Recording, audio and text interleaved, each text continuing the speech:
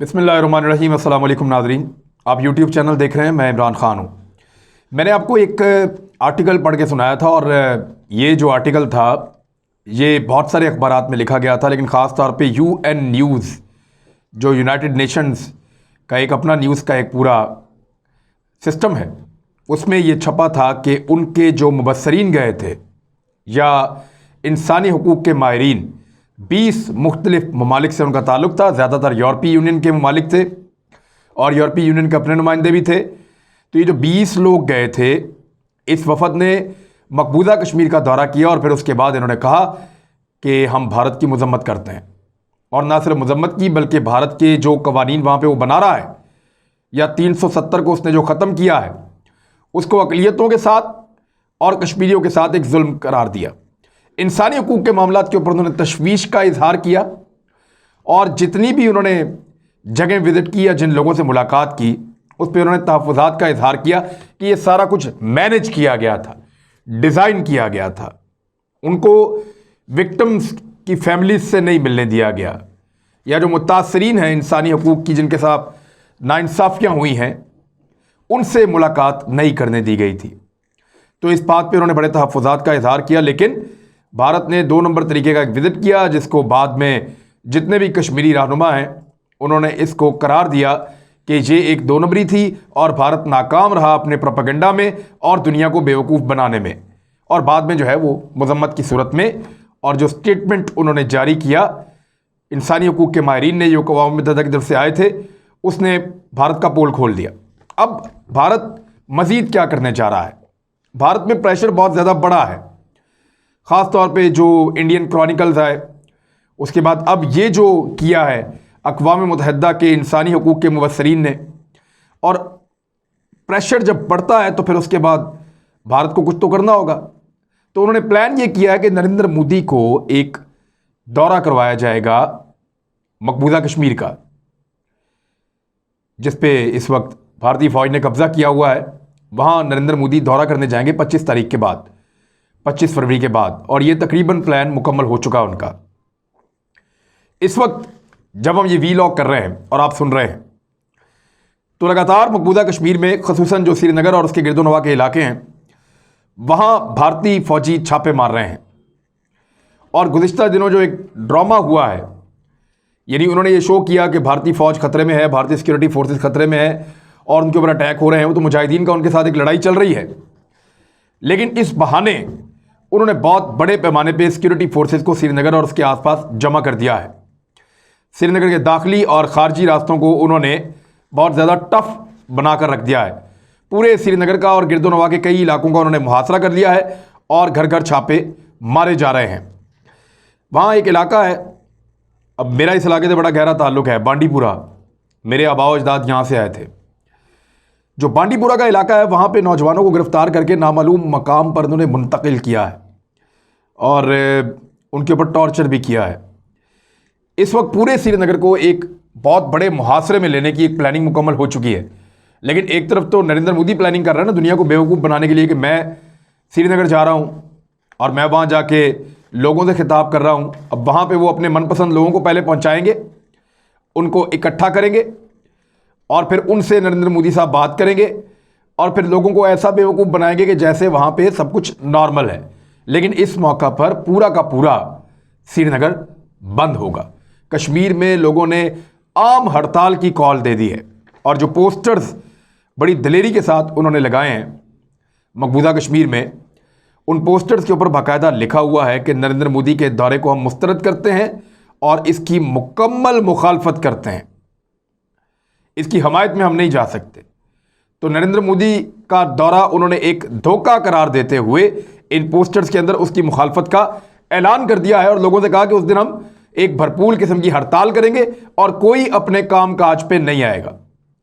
दूसरी जानिब जो भारतीय फ़ौज है, उसने मकबूजा कश्मीर के अंदर एक कर्फ्यू लगाने का फ़ैसला किया उस दिन, और बहुत बड़ी तादाद में, मैं आपको पहले बता चुका हूँ कि वहाँ पे फ़ौज पहुँच चुकी है। और भारतीय मीडिया इसको ऐसे रिपोर्ट कर रहा है जैसे सिक्योरिटी के बड़े ज़बरदस्त इशूज़ वहाँ पे भी दोबारा उठ गए हैं और फ़ौज को वहाँ पे अपना नए ऑपरेशंस करने पड़ रहे हैं।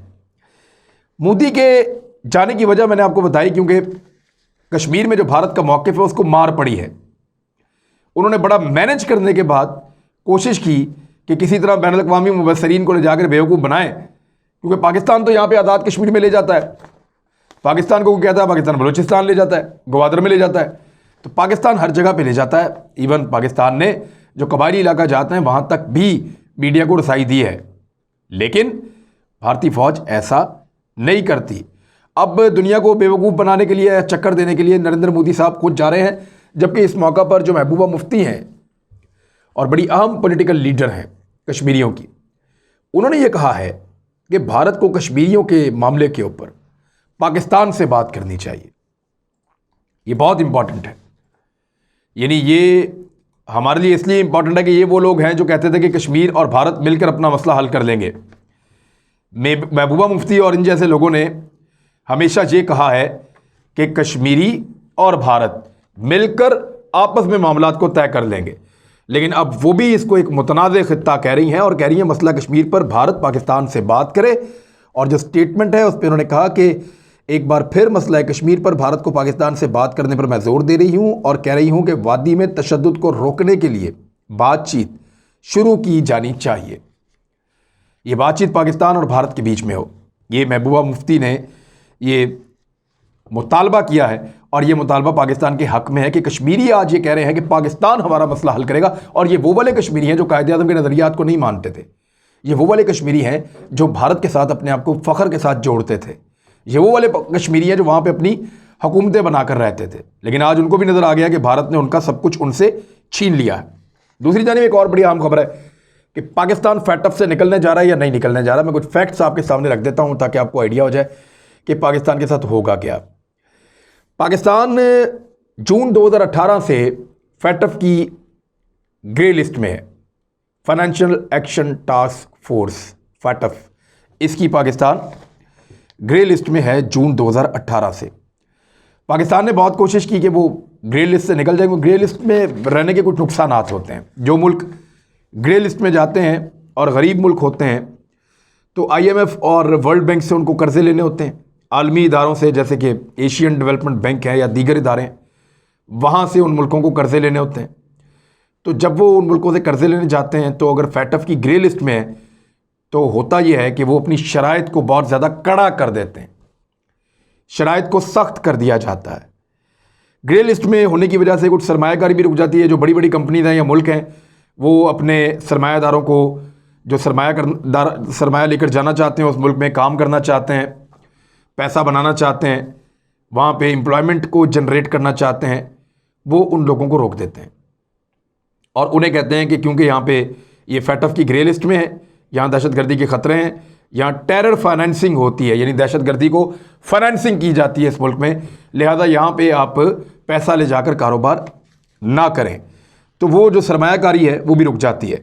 तीसरा जो है वो इंपोर्ट एक्सपोर्ट का मामला बड़ा मुतासर होता है, सियाहत का मामला जो है वो बड़ा मुतासर होता है।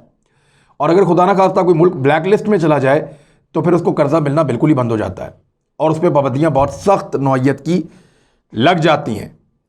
अब ये टेरर फाइनेंसिंग से बचने के लिए एक फैटफ बनी हुई है, फाइनेंशियल एक्शन टास्क फोर्स।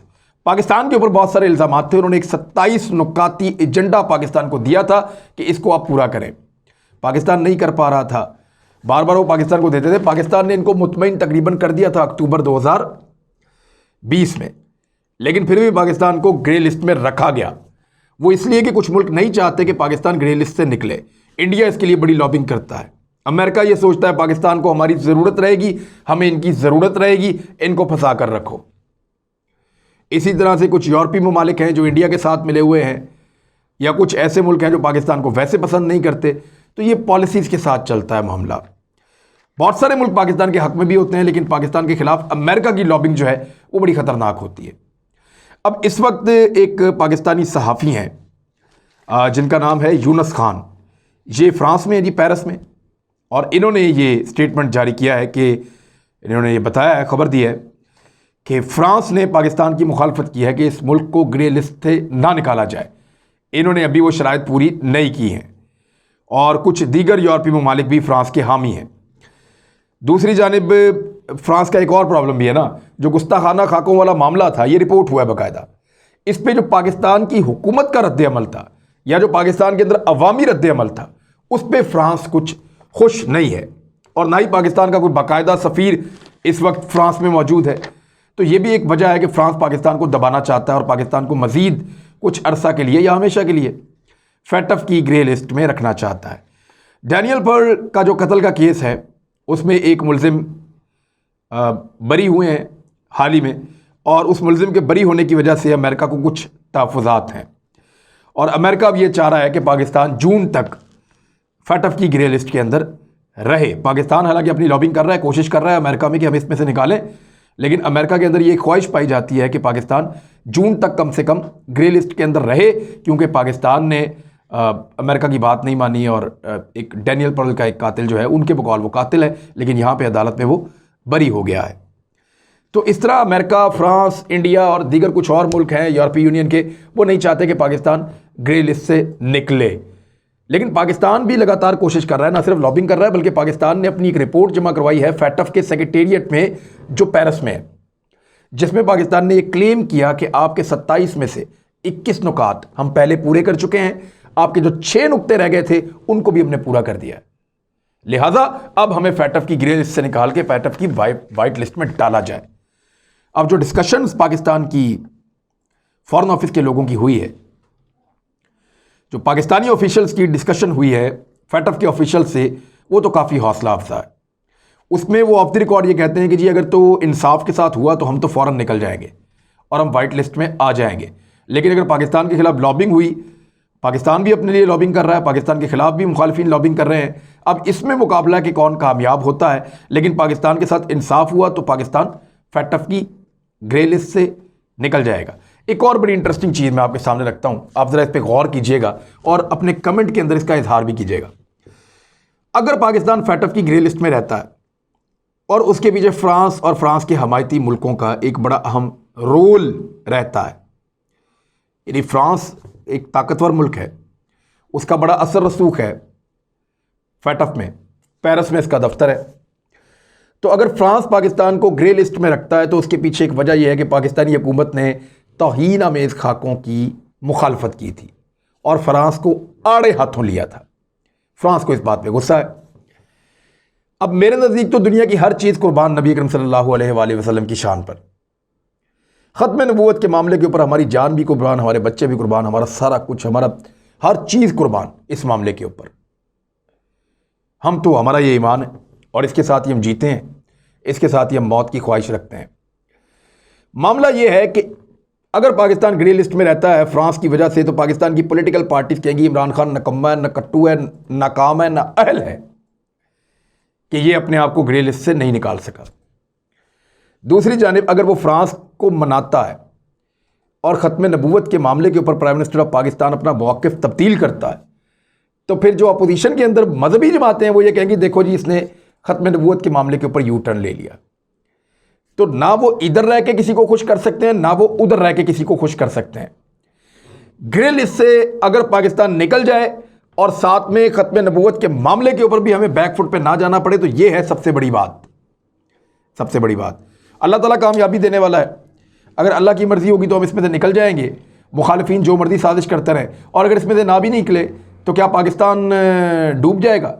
मैं आपको बताता हूँ नहीं, इसलिए कि पाकिस्तान में इस वक्त वो मुल्क सरमायाकारी कर रहा है जो ना फैटफ को मानता है, ना वो IMF को मानता है, ना वो वर्ल्ड बैंक को मानता है, ना वो मूडीज़ को मानता है, ना वो ब्लूमबर्ग को मानता है। यानी चाइना जो पाकिस्तान के अंदर सरमायाकारी करने वाला मुल्क है, वो इनको तस्लीम तो करता है कि ये इदारे हैं, लेकिन वो इनके ऊपर इन्हिसार नहीं करता। उसको अगर 50 अरब डॉलर पाकिस्तान को देने हैं तो वो देगा, ये सोचे बगैर कि मूडीज़ क्या कह रहा है, और वो अपनी असेसमेंट खुद करते हैं। फैटफ का कह रहा है, वो अपनी असेसमेंट खुद करते हैं। लिहाजा पाकिस्तान को बहुत ज़्यादा कुछ फ़र्क पड़ने वाला भी नहीं है, और यही एक फैक्टर है कि पाकिस्तान बैनुल-अक़वामी जो इदारे हैं, मालियाती इदारे, उनके चुंगल से कुछ हद तक आज़ाद हुआ है। लिहाजा ये दबाव जाएगा उन मुल्कों के ऊपर जो पाकिस्तान को मज़ीद ग्रे लिस्ट में रखना चाहते हैं कि अगर रखेंगे भी ग्रे लिस्ट में तो वो कौन सा भूखा मर रहे हैं, तो बात तो बनी जाएगी। अब ये फैसला हो जाएगा 22, 23, 24 और 25 तारीख तक ये इजलास चलेगा, तो इसमें पता चलेगा कि पाकिस्तान ग्रे लिस्ट में रहता है या वाइट लिस्ट में आता है। मेरी तो उम्मीद है, और अगर सच और हक के मुताबिक फैसला हुआ तो पाकिस्तान वाइट लिस्ट में आ जाएगा। अपना ख्याल रखिएगा, अपने इस चैनल का भी। अल्लाह हाफ़िज़।